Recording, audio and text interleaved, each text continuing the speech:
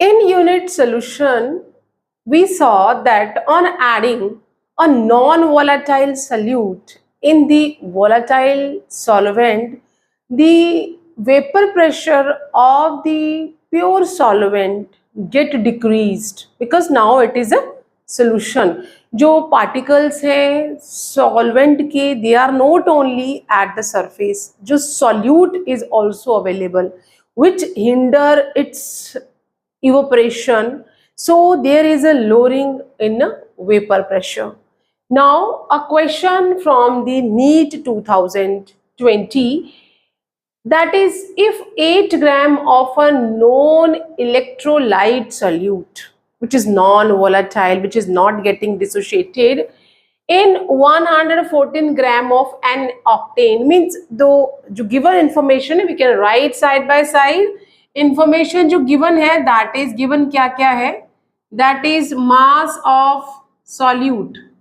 Mass of solute given है, that is 8 gram, which is provided to us, is dissolved in 114 gram of an octane. Mass of solvent भी given है, that mass of solvent equal to 114 gram, and to reduce its vapor pressure to 80 gram. So here we can apply the Rawls law on adding a non-volatile solute in a volatile solvent. The vapor pressure of the solvent get decrease. तो यहाँ पे जो एक colligative property है, that is a lowering of vapor pressure. Lowering of vapor pressure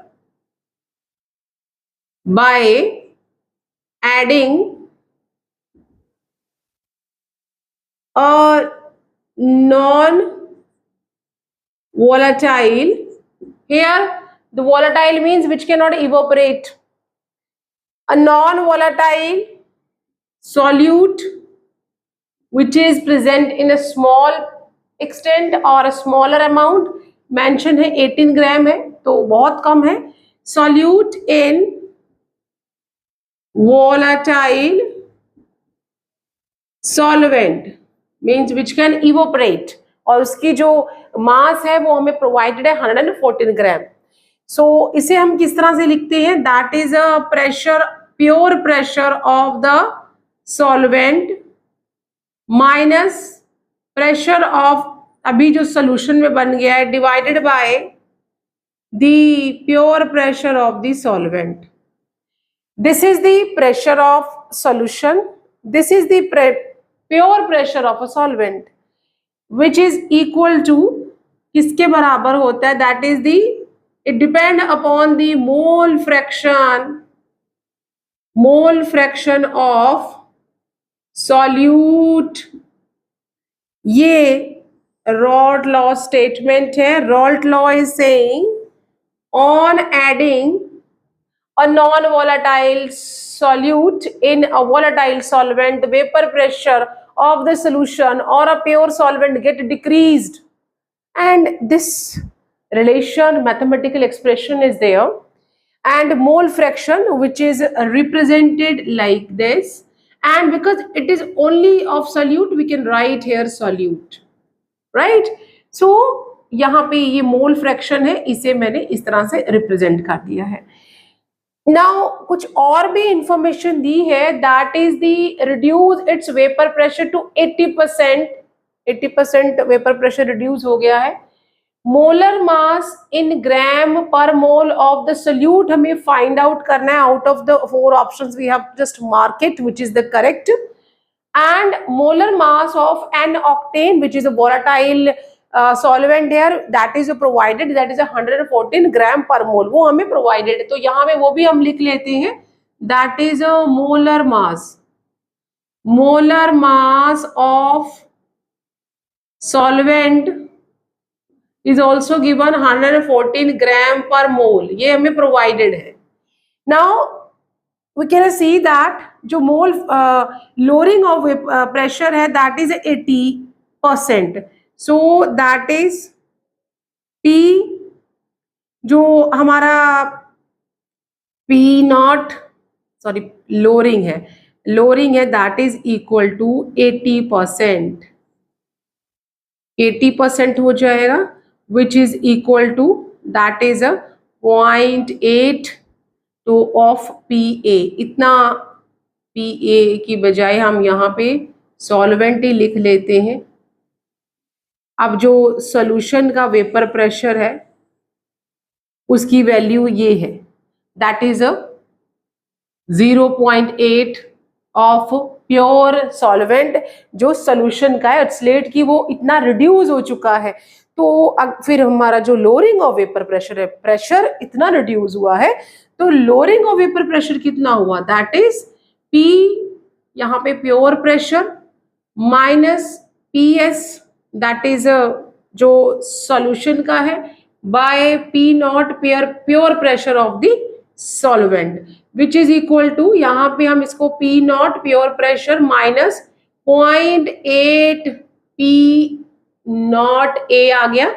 ये भी pure pressure, ये अभी मैंने इसको लिखा कि 80% रिड्यूस हुआ है, तो दैट इज अ प्योर, ये जो पी एस है वो इसके बराबर बन गया है। यहाँ पे आप इसको भी नॉट लिख सकते हैं और divided by P naught pure हो गया। सो विच इज गिविंग अस, ये यहाँ कुछ नहीं है तो 1 है, 1 में से आप 0.8 माइनस करेंगे that is a 0.2 P naught divided by pure pressure that is equal to lowering of vapour pressure कितना हो गया 0.2 that is a lowering of vapour pressure. So we can say इस मैथमेटिकल एक्सप्रेशन में हम इसे apply करेंगे that is P naught minus P S by P naught मतलब pure pressure of a solvent equal to, जो होता है क्या है मोल फ्रैक्शन का मतलब क्या होता है number of moles of solute, mole fraction solute के फाइंड आउट करने हैं, तो that is number of moles of solute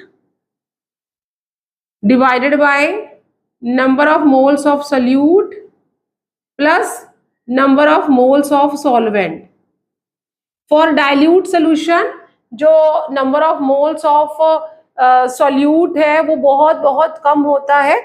So here we can say कि जो N solute है that is very very less as compared to N solvent, बहुत कम होता है।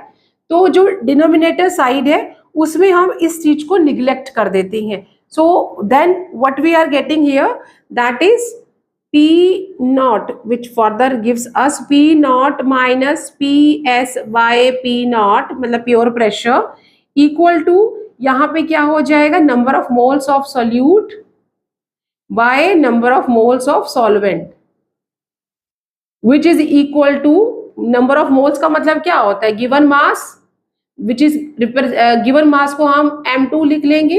ये जो दो ही है बाइनरी सोल्यूशन है इन जो हमारा यूनिट है सोल्यूशन, हम उसमें बाइनरी सोल्यूशन की ही बात करते हैं। दो ही चीजें होती हैं, या तो जो स्मॉलर पार्ट है उसे हम सॉल्यूट लेते हैं, जो मेजर पार्ट है उसे हम सॉल्वेंट लेते हैं। तो यहाँ पे इसे हम लोग m2 लिख लेते हैं और इसे हम m1 लिख लेते हैं, ठीक है। और मोलर मास को हम इसे m1 लिख लेंगे और जो हमें फाइंड आउट करना है वो है m2। और नंबर ऑफ मोल्स कैसे फाइंड आउट करते हैं, नंबर ऑफ मोल्स का मतलब होता है given mass that is given mass by molar mass, ठीक है। ये वाला हमने फॉर्मूला लगाना है। अब क्योंकि यहाँ पे सॉल्यूट को मैंने N2 लिख, इसको N2 भी लिख सकते हैं हम लोग यहाँ पे N2, या आप N2 लिख लो या आप इसको N2 भी बना सकते हैं। और फिर और जो सॉल्वेंट है उसे हम N1 भी लिख सकते हैं और इसे N2 को हमने निग्लेक्ट कर देना। N2 is very very less as compare to N1, तो यहाँ पे क्या हो जाएगा दैट इज, इसी को फिर हम फर्दर कैसे लिख लेंगे, ये जो अगर हमने number of moles of solute इसे N2 से रिप्रेजेंट किया है और number of moles of solvent को N1 से रिप्रेजेंट किया है, तो नंबर ऑफ मोल्स का मतलब क्या होता है गिवन मास मतलब M2 by given mass by molecular mass and which is divided by further M1 by M2, ये यहाँ पे आ जाएगा और ये यहाँ पे, तो what we are having here, क्या हमारे पास एक्सप्रेशन आ जाती है, इसी को लिखते हैं पहले, फिर हम इसको लेके जाते हैं. That is m2 by m2 means given mass by molar mass of solute multiply with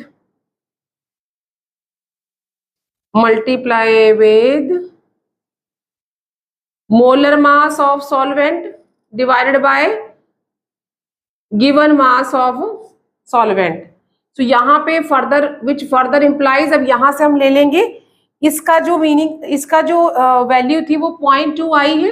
that is 0.2 equal to given mass कितना दिया हुआ है मुझे m2, that is 8 divided by m2 ही, मुझे मोलर मास तो सोल्यूट का फाइंड आउट करना है, और मॉलिक्यूलर मास कितना दिया हुआ है सॉल्वेंट का, दैट इज 114, और गिवन मास भी कितना है, दैट इज 114.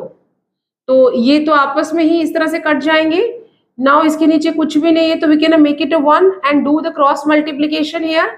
यहाँ पे क्रॉस मल्टीप्लीकेशन करेंगे and what we are getting here which shows us m2 molar mass of solute equal to 8 by 0.2.